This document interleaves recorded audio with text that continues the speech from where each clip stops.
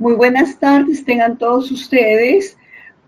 Un agradecimiento de parte del Fondo Nacional del Ambiente por participar en este webinar, Financiamiento Climático y los principales resultados de la COP24 recientemente realizado en Polonia. Para aquellos que no nos conocen, el Fondo Nacional del Ambiente es un fondo creado por una ley del Congreso de la República con el objetivo de apoyar el financiamiento, financiar y promover la inversión pública y privada y facilitar el acceso al financiamiento, tanto a los actores del sector público, privado, sociedad civil y las comunidades, para la implementación de planes y programas en línea con la Política Nacional del Ambiente. Tenemos 3 áreas temáticas de trabajo en el FONAN. Cambio climático, energía, bosques y servicios ambientales, que es el que está asociado a esta webinar. El área de pasivos ambientales, mineros y energéticos, y el área de gestión integral del agua y residuos. Ahora vamos a iniciar la parte de la conferencia, de las conferencias de las partes, COP, ¿A qué llamamos COP o qué es la COP? Para aquellos que, digamos, no estén mucho familiarizados con este tipo de reuniones. La Conferencia de las Partes es un órgano supremo de la Convención Marco de las Naciones Unidas sobre el Cambio Climático, en donde se reúnen anualmente los países, en estas denominadas COPs, a fin de, de examinar cómo están los avances de la Convención Marco de las Naciones Unidas sobre el Cambio Climático, y desarrollar un proceso de negociación entre los países sobre los compromisos asumidos como sobre nuevos compromisos, En consecuencia, lo que se busca es impedir la interferencia peligrosa del ser humano en el sistema climático. En la COP participan principalmente las Naciones Unidas, sus organismos especializados y las partes, es decir, los representantes de todos los países miembros de la Convención, que actualmente participan 196 países.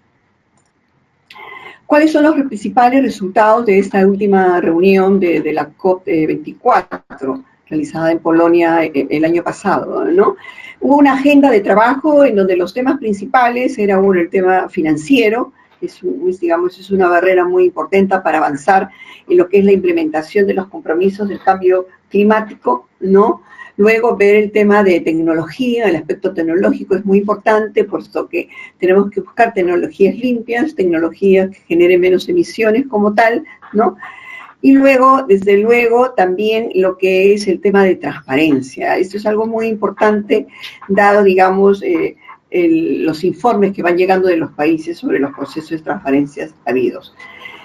En esta COP24 se reunieron más de 22.000 participantes, Usualmente esos son los números de participación, de unos niveles muy bajos que hubo en algunos momentos de 5.000 participantes a 22.000 participantes, por ejemplo, que hubo en la convención pasada, de los cuales un poco más de la mitad son funcionarios representantes de los gobiernos, porque los estados son los que asumen los compromisos, así como representantes, más de 7.000 representantes de los organismos y agencias de las Naciones Unidas y 1.500 miembros de los medios de comunicación. Es muy importante citar ese tema de la participación de los medios de comunicación. En este caso fue, más o menos 7% una participación, De tal forma que nos permita, luego hacer una difusión masiva a través de los comunicadores de los resultados y avances los cuales se va llegando en la COP, En este caso particular, en esta COP24, se dio citado el llamado paquete climático de Katowice para aplicar el Acuerdo de París y con el cual, se busca limitar el incremento de la temperatura global a 1.5 grados centígrados, Un reciente informe del IPCC indicaba, que debemos, de no incrementar la temperatura global a 1.5 grados, si no estaríamos un gran riesgo el planeta, Y se intensificarían todos los desastres naturales que en estos momentos lo estamos viviendo en nuestro país y en muchos países, como luego lo desarrollaremos. Digamos, los países, al adaptar este paquete climático, ¿no? Incluye decisiones sobre casi todos los asuntos comentados como parte del programa de trabajo del Acuerdo de París, ¿no? De tal forma que con estas directrices que están en este paquete, ¿no? Los países podremos poner en marcha los procesos nacionales para aplicar el Acuerdo de París a partir de 2020, ¿no? Igualmente se hará a nivel internacional. Estas directrices de este paquete climático, ¿no? Trataban, digamos, estos temas principales. Como los que comentaba, el tema de la transparencia es un tema sumamente importante, ¿no? Asociado a los avances de mitigación, adaptación y financiamiento. En la parte de mitigación, igualmente, ¿no? Es apoyar a los países en desarrollo a mejorar sus capacidades. Una barrera muy importante que aún todavía no se ha superado es el tema del desarrollo de capacidades. Quizás lo que estemos en línea en estos momentos, no podemos nosotros estar informados de pronto en parte de ello, ¿no? O de repente también tenemos asistentes nuevos sobre este tema de conocimiento del cambio climático. Sigue siendo aún una barrera. Si nosotros vemos, digamos, digamos, el sistema educativo, ¿no? El tema del componente climático, pues, aparece muy rápidamente en la primaria, ¿no? O casi muy poco en todo caso, ¿no? En la secundaria igualmente. Y lo más sorprendente, que a nivel de pregrado, a nivel de las carreras universitarias, pues, muchas carreras asociadas a lo que es el tema de cambio climático, pues no llevan los contenidos necesarios para poder tomar un conocimiento muy específico de las diversas herramientas e instrumentos de lo que es cambio climático, ¿no? En consecuencia, el tema de desarrollo de capacidades sigue siendo un tema pendiente, ¿no? Y tanto para, digamos, el conocimiento sobre la mitigación, en la adaptación, en la tecnología y el financiamiento. Igualmente, dentro de los temas que están dentro de este paquete de las directrices es ver, digamos, los reportes de información. Principalmente, digamos, el registro, ¿no? Que luego lo vamos a desarrollar, ¿no? Sobre los aportes, tanto por el lado de los donantes como por el lado de los receptores, ¿no? Cuando se registran, digamos, los informes del financiamiento dentro del marco de los compromisos de cambio climático, pues cada, digamos, aportante lo registra que según su propia metodología, ¿no? O su propio método de registro, llamémoslo así, ¿no? Entonces, cuando estábamos hablando de ese tema de los reportes de los flujos financieros, como les comentaba, los países donantes, aquí se ha definido ya, digamos, los tipos de reporte con los cuales se debe de trabajar, pues, el registro de la parte del financiamiento, porque está asociado a un compromiso muy fuerte, ¿no? El aporte de los países desarrollados de tener los más de 100.000 millones de dólares en el marco, digamos, de los compromisos de la Convención. Tema de acción, de adaptación, ¿no? De trabajarlo, ¿no? Y esta es todavía la ceniza de lo que es el desarrollo e implementación de la Convención Marco de Cambio Climático, ¿no? Se refieren a mitigación. Y aparte de tecnología, digamos, transferencia de tecnología es un tema muy importante, ¿no?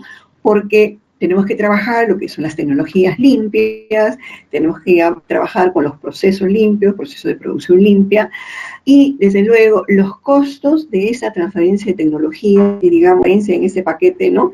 Se, digamos, establece por primera vez un sistema común de seguimiento para medir de forma transparente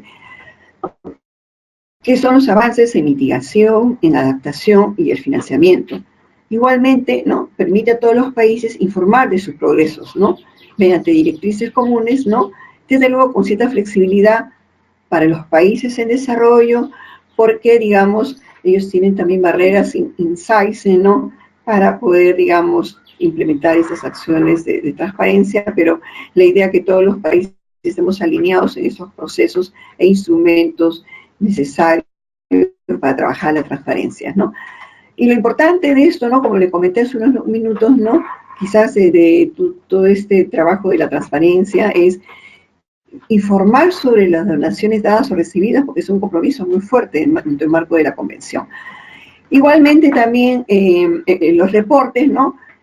Digamos, había un informe, bueno, lo hay todavía, los informes PURS, que son los informes bienales de actualización. Estos informes van a ser reemplazados por reporte bienal de transparencia a partir de 2024. En lo que se refiere a mitigación, vamos a hablar de las contribuciones nacionales, ¿no?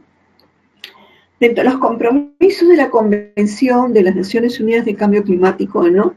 Los países, ¿no? Todos los países estamos, digamos, con compromisos, ¿no? De contribuciones nacionales, ¿no?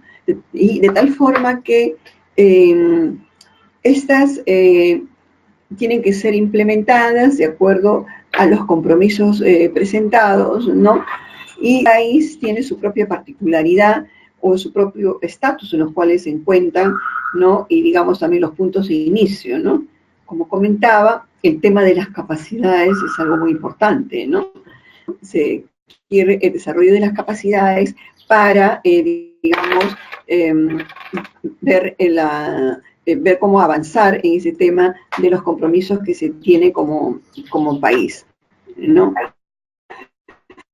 Y luego, digamos, contar igualmente para la implementación de estas contribuciones, ¿no? Tener la información necesaria. Esa es una también barrera que tenemos principalmente en los países en desarrollo sobre las características de información. En algunos casos, ¿no? Podemos tener una estadística ya que nos permite trabajar, digamos, los aspectos técnicos de la información, ¿no? Entonces, y dentro de estas contribuciones, ¿no? Debemos, digamos, generar información sobre las emisiones y remociones, ¿no? Y desde luego el tema, pues, de la capacidad de trabajar esta data, los inventarios, la información tecnológica, eso, ¿no? Y ahí también es, digamos, necesaria doble contabilización. Igualmente, digamos, en estas de las contribuciones, en el momento que ha presentado sus contribuciones, también ha presentado los plazos en los cuales va a presentarlos. Un tema que es interesante comentarlo es el tema también de los mercados de carbono. Como ustedes recordarán, o para los que, digamos, están acompañándonos recientemente, todo ese tema de cambio climático, hay todo un desarrollo, ¿no? No se puede decir hubo, ¿no? Hay porque lo tenemos, ¿no? A nivel global, a nivel internacional, ¿no? El tema de lo que es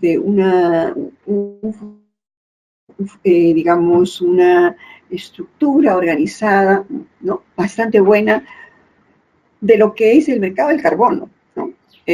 Tanto por el lado de la convención marco, ¿no? Como por el lado de, digamos, también del mercado voluntario.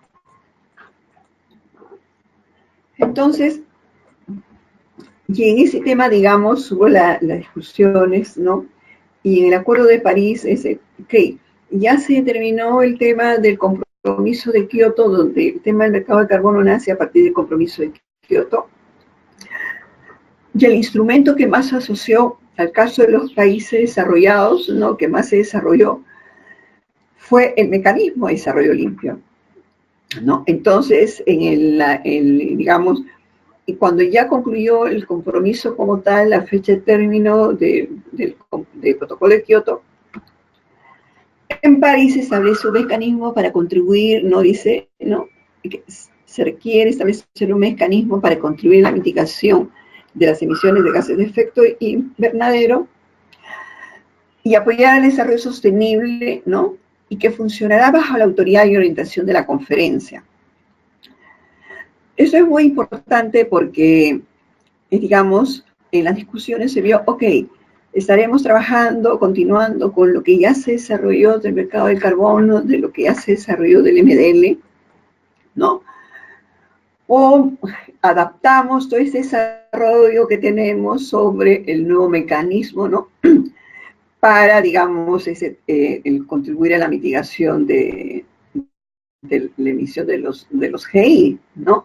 Entonces, esto fue, digamos, son diálogos habidos y se quedó en la convención en Polonia, la reciente, la de 2018, que estas discusiones se retomarían pues en la próxima COP que se va a realizar en Chile este año.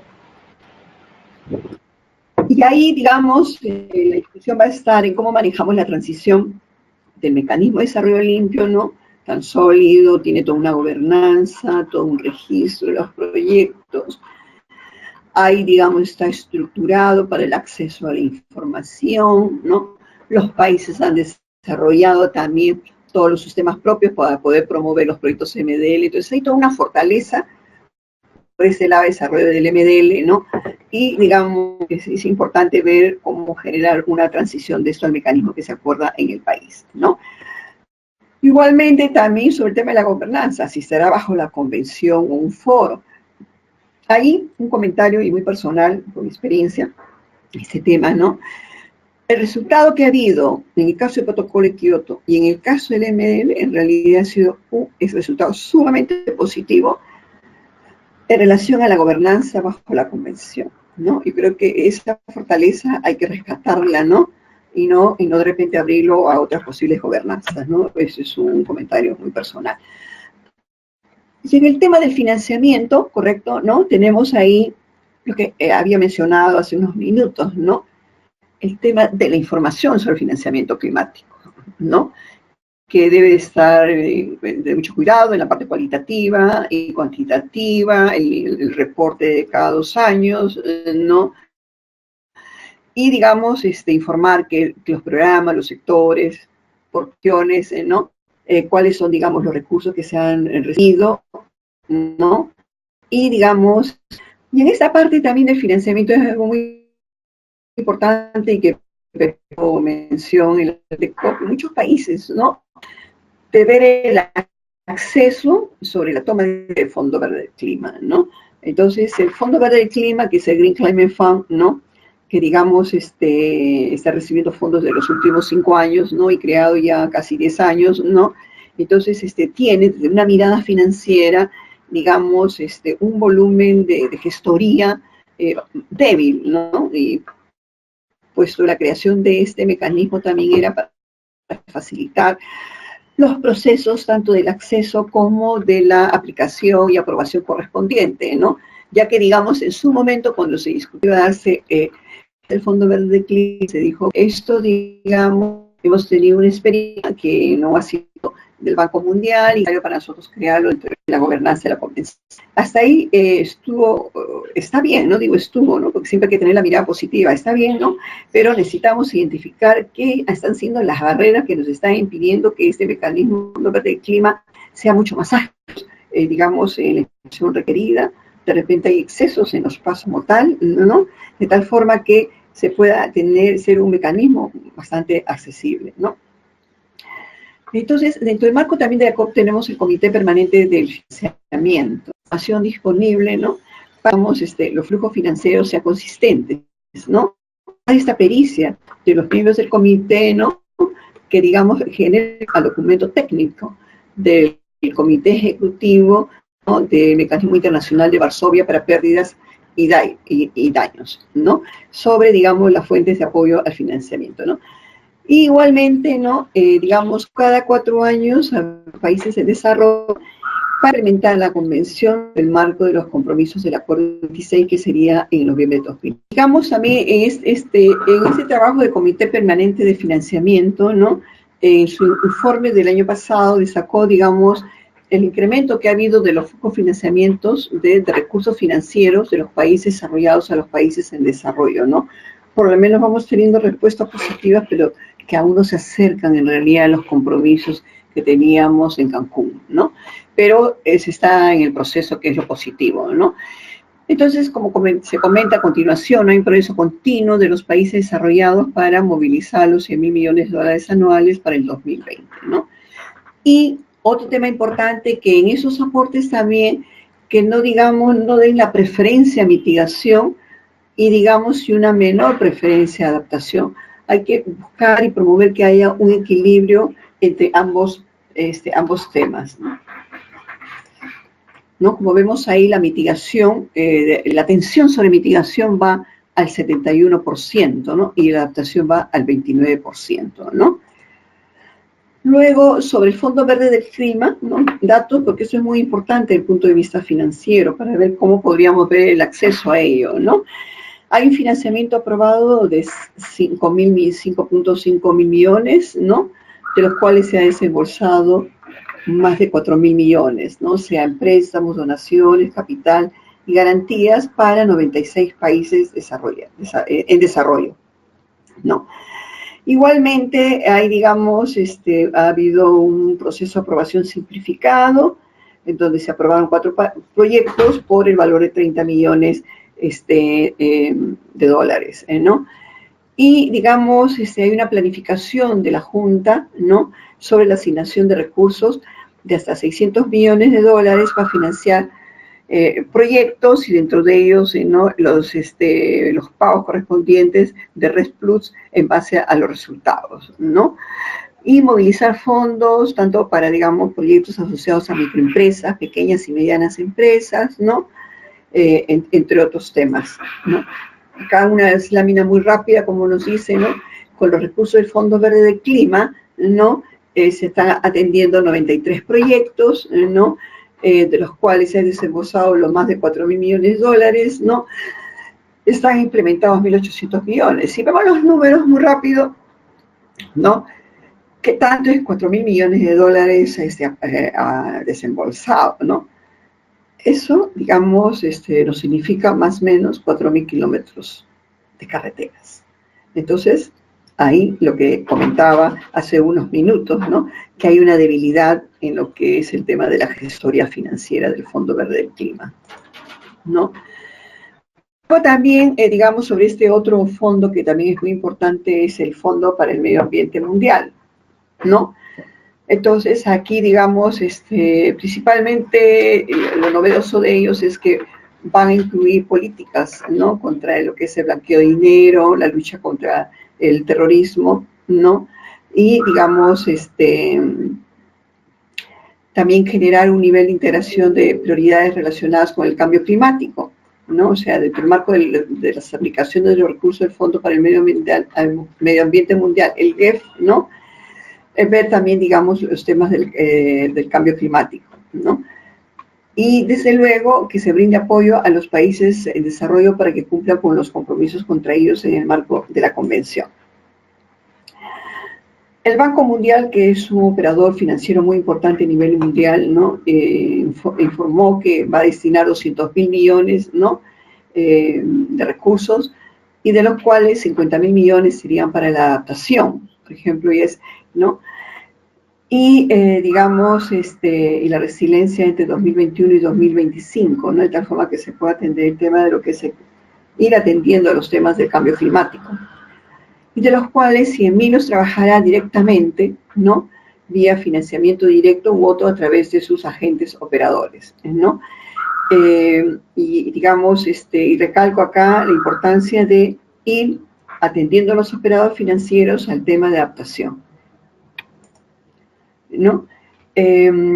Aquí, digamos, en el tema de adaptación, ¿no?, como les comentaba, es la huérfana, es la cenicienta de la asignación de los recursos dentro de lo que es la lucha contra el cambio climático, ¿no? ¿Y por qué las preferencias, no? Las preferencias es que la mitigación está asociada, ¿no?, está asociada en lo que se refiere, digamos, a la reducción de emisiones, y esto está como que asociado también a una participación de la actividad privada, ¿no?, y compartida con el sector público. Pero en el caso de la adaptación, digamos, la intervención más del sector público, ¿no? Pero, digamos, no es tan, digamos, cierto ello, ¿no?, puesto que la adaptación también está involucrada con el sector privado, ¿no? Por ejemplo, en el tema del negocio eléctrico, para el caso de las hidroeléctricas, si no cuenta con las mismas caídas de agua, pues definitivamente el negocio eléctrico se va a caer. Para las industrias que son consumidoras de agua, las industrias, ¿no?, llámese confecciones, llámese industrias alimenticias, por ejemplo, también van a tener todos estos riesgos, ¿no? Entonces, las inversiones del sector privado también en adaptación hay que promoverlas como tal. Y luego, digamos, y se alienta, ¿no?, para que el Fondo Verde del Clima, pues, ¿no?, equilibre esta asignación de recursos, ¿no?, tanto para lo que es mitigación como lo que es adaptación. E igualmente también a lo que es la parte tecnológica, ¿no?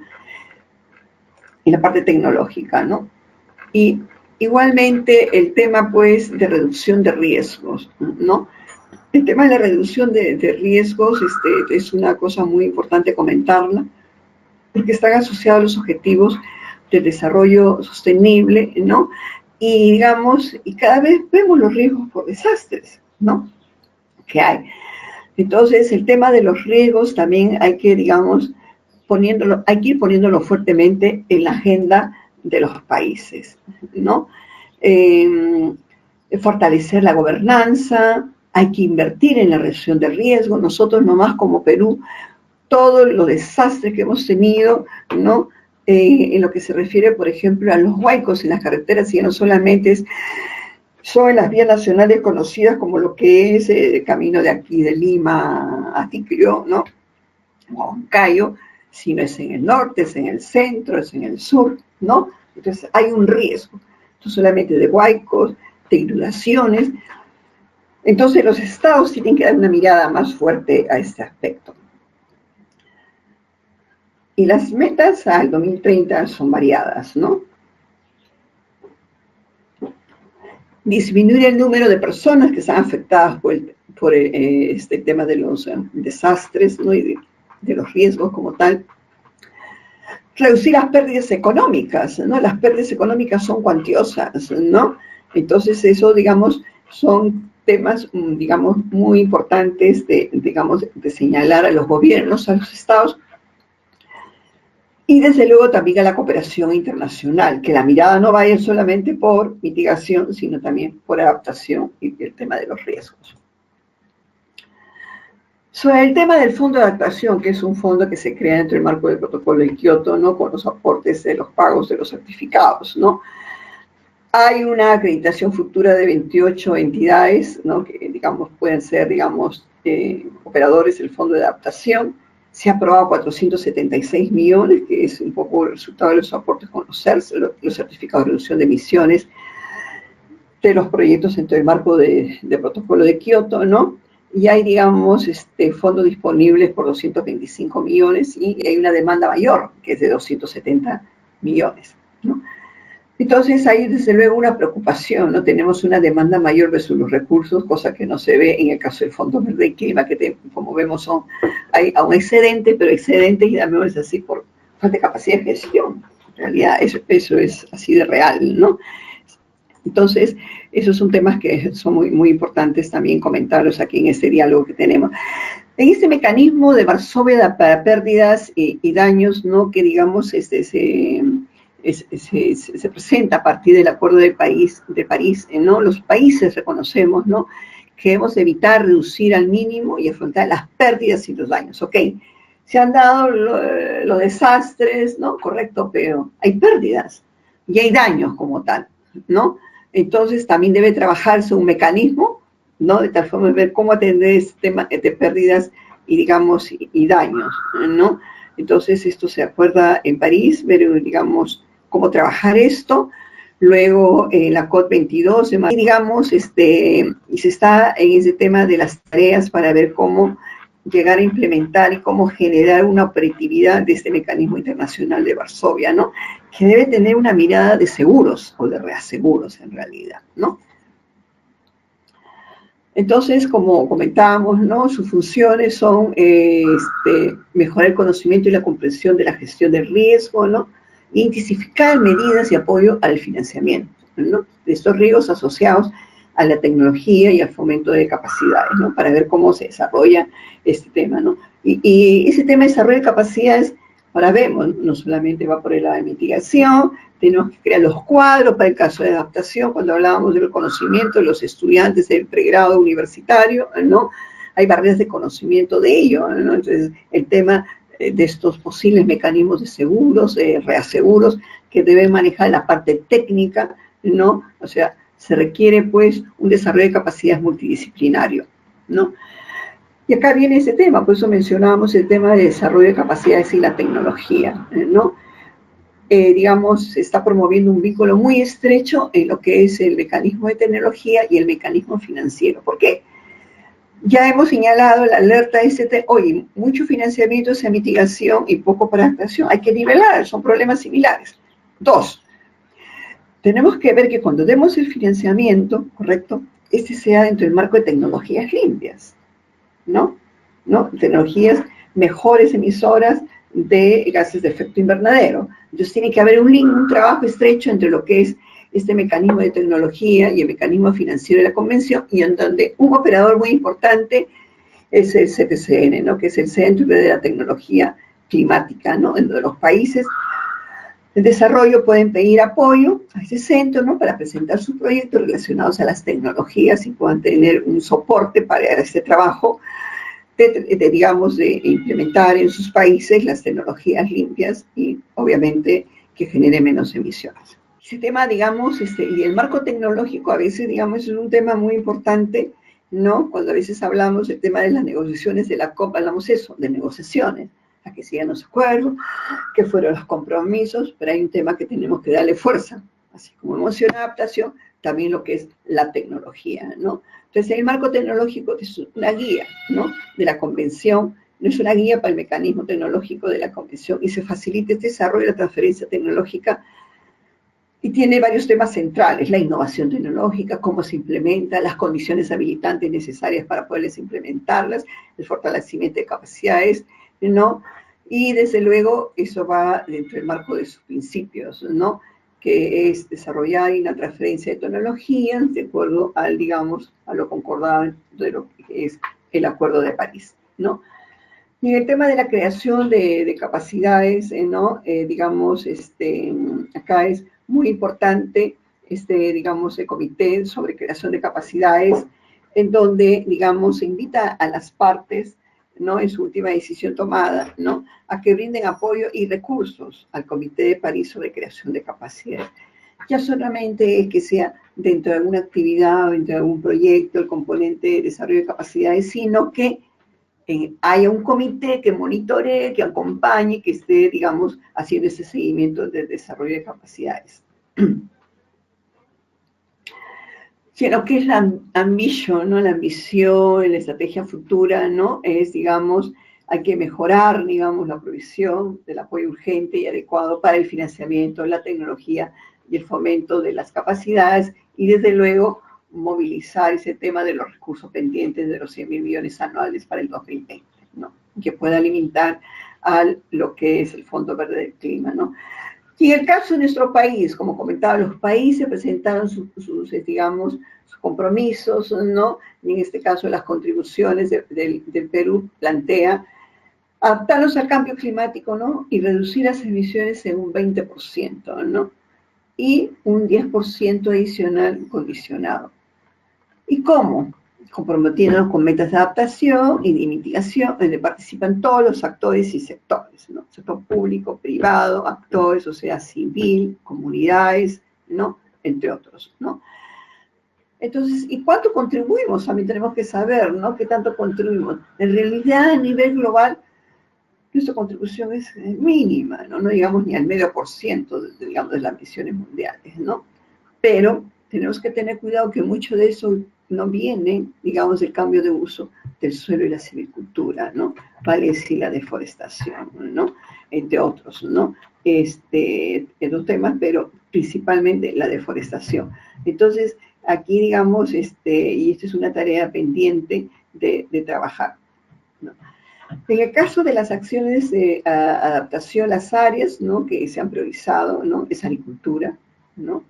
Bosques, ¿no? Agua, ¿no? Pesca, agricultura y salud. Y en el caso de mitigación, para el caso peruano, tenemos los sectores, son energía, ¿no? Cambio de uso de suelos, ¿no? Industria, los residuos, transporte y agricultura. En términos de cuántas son nuestras medidas, qué tanto son nuestros compromisos, hay 91 medidas en adaptación, ¿no? ¿No? Entonces, de los cuales tenemos 17 en agricultura, 12 en bosques, en pesca tenemos 18, en salud 14 y en agua 30 medidas, ¿no? Entonces, acá, digamos, Este es un resumen de lo que tenemos. Esto se va a compartir con ustedes, yo sé que no hay ningún problema. A todos los que están participando hoy en día se les va a enviar el link correspondiente para que lo bajen, así como va a estar también en YouTube. Y en lo que es de mitigación, ¿no? Tenemos también 62 medidas de mitigación. Entonces, digamos, los sectores, como comentábamos, ¿no? En energía, ¿no? Es energías renovables, ¿no? Eficiencia energética, en cambio combustible, transporte sostenible, eficiencia energética en transporte, mejora la infraestructura ferroviaria, ¿no? Teniendo una mirada amplia de lo que es el transporte sostenible, ahí estaríamos viendo también ese tema del transporte con, digamos, la fuente de energía eléctrica, ¿no? Que hoy en día se está viendo cierto desarrollo en nuestro país. Luego tenemos en los procesos industriales el reemplazo de materia prima, insumos y productos, lo que llamamos nosotros producción limpia. Y en lo que es agricultura, principalmente ganadería, arroz y cultivos permanentes. Y en USCUS, ¿no? Es conservación, manejo forestal, reforestería y agroforestería, asignación de derechos. Y en lo que son residuos o desechos hay 8 medidas, ¿no? Tecnologías para disposición final. En el Perú tenemos más de 1.400 distritos. ¿Y cuántos rellenos sanitarios tenemos como tal? ¿O cuántos sistemas de gestión de los residuos sólidos tenemos, ¿no? Un residuo sólido, líder, que pudiéramos mencionar con mucho orgullo, creo que aún no lo tenemos en el país, ¿no? Todos son rellenos. Cuando nos falta espacio, ¿a dónde vamos a mandar nuestros residuos? ¿Al relleno que no existe? ¿Lo mandaremos al mar? ¿No? ¿Lo mandaremos a los Andes? En fin. Entonces hay que ver ese tema de la gestión de los residuos sólidos y de luego minimizar la carga al final del tubo, como se dice, ¿no? Minimizar la carga de residuos en este caso, por decir, a los rellenos, ¿no? El tema de la valorización material también muy importante y la valorización energética. Y el tratamiento de las aguas residuales, ¿no? Con estas medidas se espera reducir más o menos un 23% de las emisiones, ¿no? Esto es un trabajo, obviamente, de gabinete, ¿no? Estaremos en todo el proceso de implementarlo como tal. Y acá los números, nuevamente, ¿no? Porque esto es importante cuando hablamos así, ese tema del ambiente, los compromisos de cambio climático, ¿no? Los números son los que dicen que se genera la alerta importante, ¿no? La luz ámbar. En el 2017 se perdieron, ¿no? Y digo pérdida, porque estás reconstruyendo algo que es 25.000 millones. Y esto, aún así creo que nos va a faltar, ¿no? 25.000 millones de soles, ¿no? Entonces, ahí hemos perdido 5.000, casi 6.000 kilómetros de carreteras, ¿no? Que han sido afectadas o destruidas, ¿no? Los puentes igualmente, ¿no? Esto realmente frena el desarrollo local como tal, ¿no? Entonces, luego tenemos acá, en nuestro país hay una ley marco sobre el cambio climático, es una ley muy amplia, no vamos a referir solamente en el artículo 8 del financiamiento, ¿no? Y en ese artículo dice, ¿no? Voy a ser muy breve, ¿no? Digamos, hay todas las iniciativas, ¿no? Referidas a proyectos, programas que contribuyen a la gestión del cambio climático, ¿no? A través de las contribuciones, son financiados a través de recursos públicos o privados o nacionales e internacionales, ¿no? O sea, es open, ¿no? O sea, digamos, los proyectos verán su propio camino del financiamiento como tal, ¿no? Desde luego, lo que es el sector público estará asociado a lo que es la ley de presupuesto público como tal, ¿no? Y los recursos disponibles del Estado, ¿no? Eso es por un lado. Por el lado, digamos, la demanda de los recursos, ¿no? Y quiénes pueden ser la oferta, los que le pueden atender. Entonces, se determinará si es un proyecto, digamos, que tiene una mirada de negocio para el sector privado, puede pasar por el sector privado financiero. Si es una mirada de desarrollo, un caso de adaptación, por ejemplo, tendrá que de repente pasar por una contribución del Estado o tendrá que pasar por, digamos, de pronto, una donación que se le puede solicitar, digamos, al Fondo Verde Clima, entre otros donantes que pudieran identificarse, ¿no? Luego, porque tenemos, cuando hablamos del financiamiento, hablamos del Fondo Verde Clima, pero también tenemos la donación, o sea, los países están comprometidos en aportar 100.000 millones de dólares, pero no necesariamente todos al Fondo Verde de Clima. Por eso es el tema de la contabilidad que hablamos. Una ruta es el Fondo Verde de Clima y otro lo pueden colocar directamente, ¿no?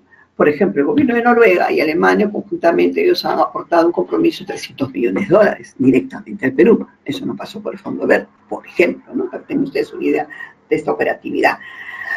También el Ministerio del Ambiente, ¿no?, identifica qué van a hacer las instituciones públicas y privadas con experiencia para que sean operadores, ¿no?, operadores de los recursos de los fondos climáticos. En este caso, nosotros como FONAC, que somos un fondo ambiental creado por una ley del Congreso de la República, ¿no?, tenemos esta opción también de trabajar y poder participar, digamos, de esta opción.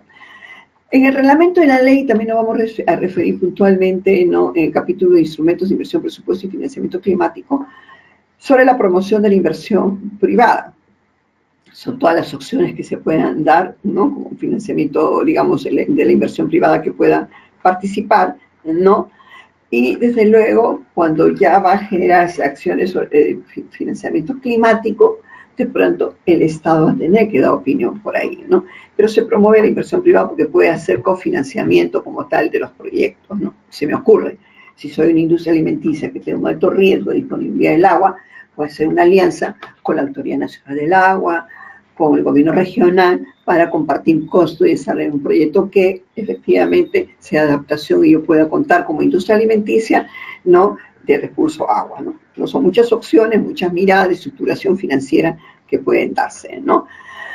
En el caso, digamos, eso es una mirada por el lado del financiamiento, pero por otro lado, también por el lado bancario, ¿no?, hay como que un catalizador que ha generado la Superintendencia de Banca y Seguros, ¿no?, sobre lo que tienen que informar los bancos digamos, a la Superintendencia de Banca y Seguro de sus colocaciones, ¿no?, que tienen ellos de más de 10 millones de dólares, ¿no? Esta resolución fue dada en el 2015, en donde se dice qué son sus compromisos ambientales que están realizando estas empresas. O sea, el que reporte es el banco, y dice, estos son mis clientes que están con, digamos, se les ha colocado 10 millones de dólares, y estas son sus acciones, digamos, de medidas ambientales que ellos están realizando o no están realizando. Eso es algo muy importante, es una fuente de información muy importante. El marco de la superintendencia es un catalizador, ¿no?, que promueve, ojo, el sector privado, ¿no? ¿Y por qué? Porque luego se va a venir, esta es una responsabilidad global, va a venir ese tema de la condicionalidad, de cuál es su responsabilidad ambiental en relación a la aplicación de los recursos del sistema financiero.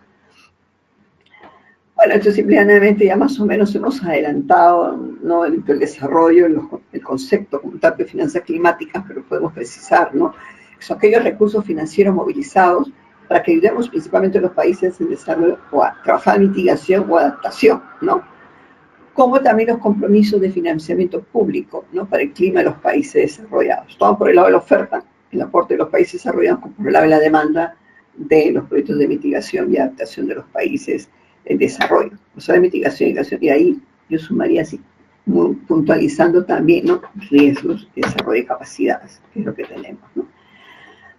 Sobre el tema de financiamiento climático, menciono acá toda esta historia para, pues, digamos, soportar lo que he indicado de que es la debilidad financiera del Fondo Verde de Clima, ¿no? Eso se empezó a trabajar desde el 2007, o sea, hace 12 años, ¿no?, así ya de forma más orgánica. Siempre se ha indicado que hay una barrera financiera, pero ya poner en agenda propiamente fue desde 2007 en Bali, luego en Copenhague, y ya finalmente en Cancún, la movilización de los recursos y la creación del Fondo Verde de Clima, ¿no? Se continuó en Varsovia, luego acá en Lima, cuando hicimos la COP, en París, en Bonn, en 2017 como tal, y obviamente en el 2018 como tal, ¿no? Y eso es una reiterada del 1.5 grados, ¿no?, que ese es el informe del IPCC, ¿no?, sobre los impactos del calentamiento, los riesgos que vamos a tener, ¿no?, si seguimos en un calentamiento sobre el 1.5 grados centígrados, ¿no? Y luego, digamos, y yendo a números nuevamente, ¿no?, las 10 peores catástrofes a nivel mundial, todos son miles de millones de dólares, ¿no? Si sumamos todo esto, los 100.000 millones de dólares se alcanzan, pregunto. Tenemos ahí una buena, y todo sería de pronto adaptación, ¿no?, por ejemplo, ¿no? Entonces, eso es la mirada de los números, ¿no? Todos superan los 2 dígitos en miles de millones de dólares, ¿no? Seguimos. Entonces, Igualmente, siguen las catástrofes en este año, en lo que va del año, ¿no? Y en nuestro país, ¿no? Lo vemos hoy en día en todas las noticias, por todos lados, norte, centro, sur, ¿no? Y digamos, hay unos estimados, ¿no? Que una estrategia de actuación y coordinación para reducir todas esas ocurrencias de un fenómeno de variabilidad climática como el Niño en 2018 y 2009 tendría un costo para el Estado de más de $50.000 millones, la mitad de los aportes sobre el Fondo Verde del Clima, ¿no?